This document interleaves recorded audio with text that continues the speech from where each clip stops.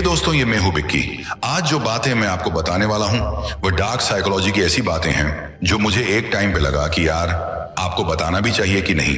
देखो, वैसे तो मैंने hundreds and hundreds on book की बातें पढ़ी हैं, सुनी हैं और उनकी बातें सीखी हैं जो सेल्फ हेल्प से रिलेटेड होती हैं, सक्सेस से रिलेटेड होती हैं, बिजनेस से रिलेटेड होती हैं। उनमें कहीं ना कहीं साइकोलॉजी की बातें होती रहती हैं।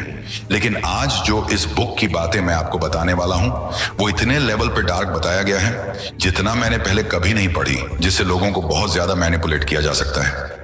बिजनेस में, रिलेशनशिप्स में इतनी ज्यादा पावर इन बातों में है, इसलिए मुझे डाउट सा हो रहा था कि यार ये बातें इस एंगल में, इतने डार्क एंगल में बतानी चाहिए भी कि नहीं। लेकिन फिर मेरे टीम मेंबर ने मुझे ये चीज बोली कि अगर ये बातें हम नहीं बताते हैं, नहीं शेयर करते हैं, तो जो लोग ऑलरेडी इन डार्क साइकोलॉजी का यूज कर रहे हैं अपने फायदे के लिए, बड़ी बड़ी कंपनी, पॉलिटिशियन या मे बी आपके कोई पहचान वाला जो आपसे आपका फायदा उठा रहा है, वो लोग तो इसका यूज करके आपका नुकसान कर सकते हैं। इसीलिए इन बातों से रिलेटेड एजुकेशन बहुत इंपॉर्टेंट है, ताकि एटलीस्ट आप दूसरों को मैनिपुलेट नहीं करें तो खुद पहचान पाओ कि कौन आपको मैनिपुलेट करने की कोशिश कर रहा है। इसलिए एक रिक्वेस्ट भी आप लोगों से है, ये जो बातें हैं अगर आपको पसंद आती हैं, अगर आपको काम की लगती है, तो इस वीडियो को आप अपने जितने भी जान पहचान वाले लोग हैं उनके साथ शेयर भी जरूर कर देना, ताकि आपको और आपके चाहने वालों को लोग बेवकूफ ना बना पाए इन डार्क साइकोलॉजी का यूज करके।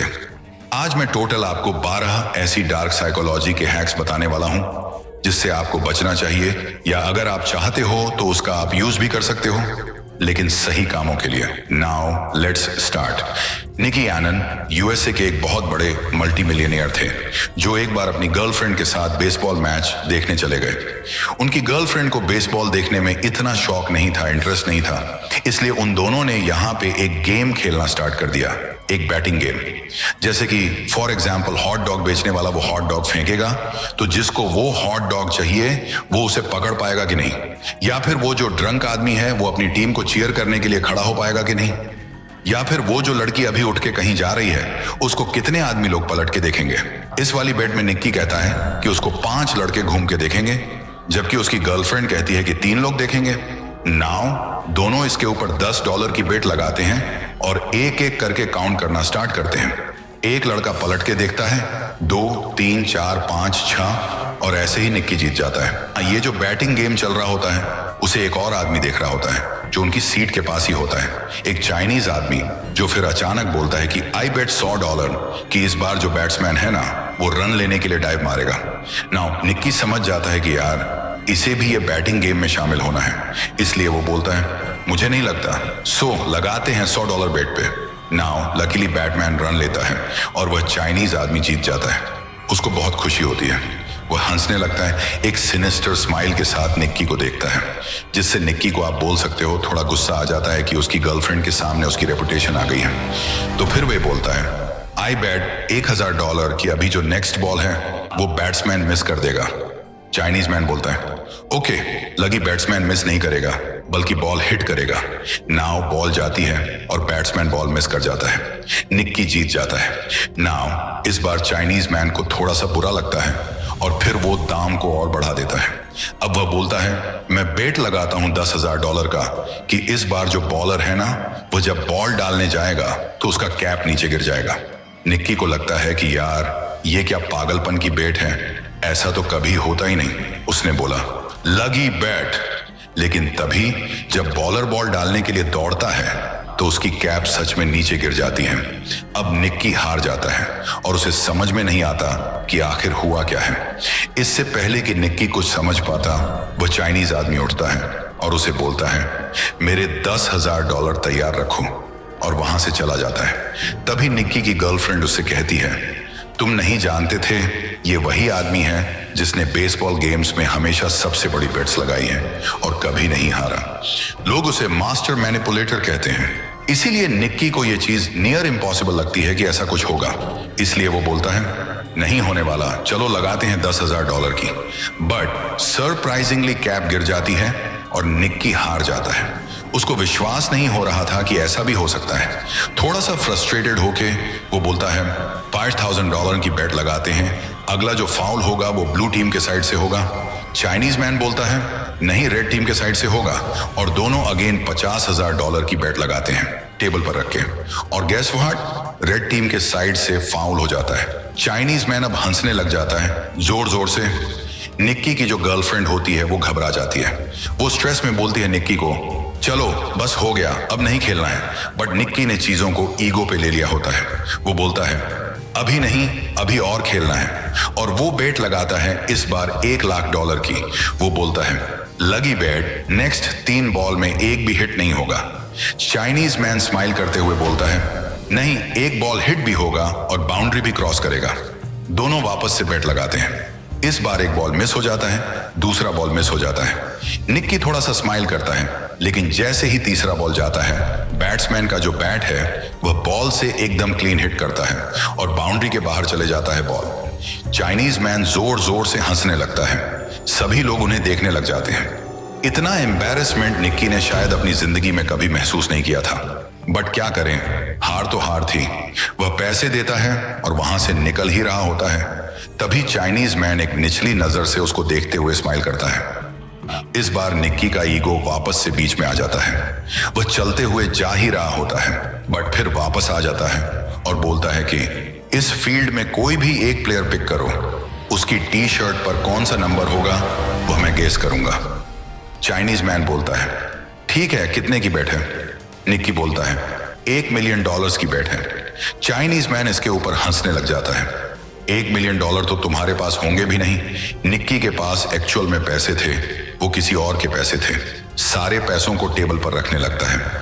उसकी गर्लफ्रेंड बहुत ज्यादा गुस्सा होने लग जाती है कि तुम्हें ऐसा नहीं करना, ये तुम्हारे पैसे नहीं है। बट वो एक भी बात नहीं सुनता है और गुस्से में आके अपने सारे पैसे दांव पर लगा देता है। इनफैक्ट इस बार तो चाइनीज मैन भी मना कर रहा होता है कि देख भाई, तेरा टाइम अच्छा नहीं चल रहा है, तो चले जा, बेटर होगा। बट निक्की का ईगो इतना बड़ा होता है कि वो क्विट नहीं करता है। वो बोलता है फील्ड में 15 से 20 प्लेयर्स हैं, तुम्हारे जीतने के चांसेस बहुत ज्यादा हैं। एक बार खेल लो, देखते हैं जिसकी किस्मत उसको मिलेगा। अभी भी चाइनीज मैन थोड़ा सा कंफ्यूज रहता है। निक्की बोलता है तुमने कौन सा नंबर चुना या कौन से प्लेयर को चुना वो मैं भी नहीं बताऊंगा, मेरी गर्लफ्रेंड बताएगी। नाउ चाइनीज मैन अगेन मुस्कुराता है और बोलता है देखो, वैसे तो मुझे तुम पे तरस आ रहा है, बट फ्री के पैसे को मैं ऐसे ही जाने नहीं दूंगा। चलो खेलते हैं। वो चाइनीज मैन अपना बाइनोक्यूलर्स लेता है, अपने प्लेयर को और उसके नंबर को चुनने लग जाता है। कुछ टाइम तक वो पूरे फील्ड पर अलग अलग प्लेयर्स को देखता है और फिर फाइनली एक प्लेयर को चुन लेता है। उसकी जर्सी पर जो नंबर होता है उस नंबर को वो एक पेपर पर लिख देता है और साइड में रख देता है ना। निक्की की जो गर्लफ्रेंड है वो बहुत ज्यादा रजिस्ट करती है, छिड़ी है, चिल्लाती है कि मैं नहीं करूंगी, मेरे ऊपर ये सब चीजें मत डालो, मुझे नहीं खेलना है। बट निक्की फोर्सफुली उसे बोलता है कि जस्ट पिक। उसकी गर्लफ्रेंड रोते रोते गुस्से में जाती है, बाइनोक्यूलर्स उठाती है और अपने लकी प्लेयर को ढूंढने लग जाती है। वो ढूंढती है और सरप्राइजिंगली उसे एक चेहरा दिखता है। ये चेहरा कुछ जाना पहचाना लगता है। बात ये होती है ना, जो चेहरा होता है वो निक्की के एक दोस्त का होता है, जिसकी जर्सी पर लिखा होता है 55 नंबर। अभी निक्की का दिमाग चलने लगता है। उसको समझ में आ जाता है कि इधर कुछ तो प्लान है, क्योंकि निक्की का दोस्त कोई प्लेयर नहीं होता है, वो तो सिर्फ एक नॉर्मल सा इंसान होता है। बट वो उस फील्ड पर क्या कर रहा है, इसीलिए वो समझ जाती है कि कुछ तो बात है। जिसके बाद बाइनोक्यूलर्स साइड में रख के वो बोलती है नंबर 55। नाउ चाइनीज जो मैन होता है वो स्माइल करने लगता है और अचानक से उसकी स्माइल गायब हो जाती है। वो बोलता है इम्पॉसिबल। वो पीस ऑफ पेपर को ओपन करता है और सबको दिखाता है। उस पर लिखा होता है नंबर 55, जिसके बाद निक्की और उसकी गर्लफ्रेंड $2 मिलियन कैश का सूटकेस भर के वहां से निकल जाते हैं। अब देखो, ये कहानी सुनने के बाद कुछ लोगों को ना फोकस मूवी की याद आ रही होगी, बट एक्चुअली ये फोकस मूवी का सीन नहीं है। ये एक्चुअल में एक रियल कहानी है निक्की आर्मस्ट्रैंग नाम के एक प्रोफेशनल गैम्बलर की, एक कॉन्फिडेंस ट्रिक्स्टर की, जो कई सारी क्रेजी स्ट्रेटजी का यूज करके स्कैम करता था। और यहाँ पे उसने एक साइकोलॉजी ट्रिक का यूज किया था, जिसके बारे में आपने शायद सुना भी होगा कई बार, जिसे बोलते हैं प्राइमिंग। देखो, बात ये थी ना कि निक्की उस चाइनीज आदमी को पहले से ही जानता था। वो चाइनीज एक बिलियनियर था जिसे गैम्बलिंग का एडिक्शन था, बहुत शौक था। वो लास वेगस में जाके हमेशा पैसे उड़ाता रहता था। निक्की ने जानबूझ के उसकी सीट के पास ही अपनी सीट भी बुक करी थी और वो जानबूझ के अपनी गर्लफ्रेंड के साथ गेम खेल रहा था, जो कि उसकी गर्लफ्रेंड को पता भी नहीं था। इसके बाद उसने जानबूझ के बेट्स लगाए और वो जानबूझ के हारने लगा ताकि चाइनीज मैन को एक विनर वाली फीलिंग आने लगे। बट चाइनीज मैन ये नहीं जानता था कि जो आखिरी बेट थी $1 करोड़ की, वो एक्चुअली पूरी प्लान थी। देखो, बात ये थी ना कि निक्की ने बहुत पहले से ही उस चाइनीज आदमी को नंबर 55 से प्राइम कर दिया था। जैसे कि फॉर एग्जाम्पल, वो चाइनीज आदमी जब से यूएस से आया हुआ था, वो जो भी रास्ते से गुजरता था हर जगह उसे 55 दिखाया जाता था। अब कॉन्शियसली तो वो चाइनीज आदमी वो 55 नंबर को देख रहा नहीं था, बट अनकॉन्शियसली उसकी नजर बिलबोर्ड्स पे कई सारे लोगों के कपड़े, शॉपिंग मॉल्स, इवन उसकी गाड़ी का नंबर, उसके रूम का नंबर, उसको जो बिल दिया जाता था, उसके लास्ट के डिजिट्स, ये सब जानबूझ के 55 छपा जाता था ताकि उसकी सबकॉन्शियस माइंड में 55 की एक इमेज बिल्ड हो जाए। और ऐसा हुआ भी। सो जब उस चाइनीज आदमी को नंबर चुनने का टाइम आया, उसके माइंड में सबसे पहला नंबर 55 ही आया। बिल्कुल उसी तरह ये ट्रिक प्राइमिंग कहलाती है, जिसे साइकोलॉजी में बहुत अच्छी तरह से डॉक्यूमेंट किया गया है। अब आते हैं दूसरे साइकोलॉजिकल हैक, डार्क साइकोलॉजी से रिलेटेड। अगर आपको डार्क साइकोलॉजी के ऊपर और वीडियोस देखनी है या और ट्रिक्स जाननी है तो आप कमेंट करके जरूर बताना, मैं इसके ऊपर एक और पार्ट बना दूंगा।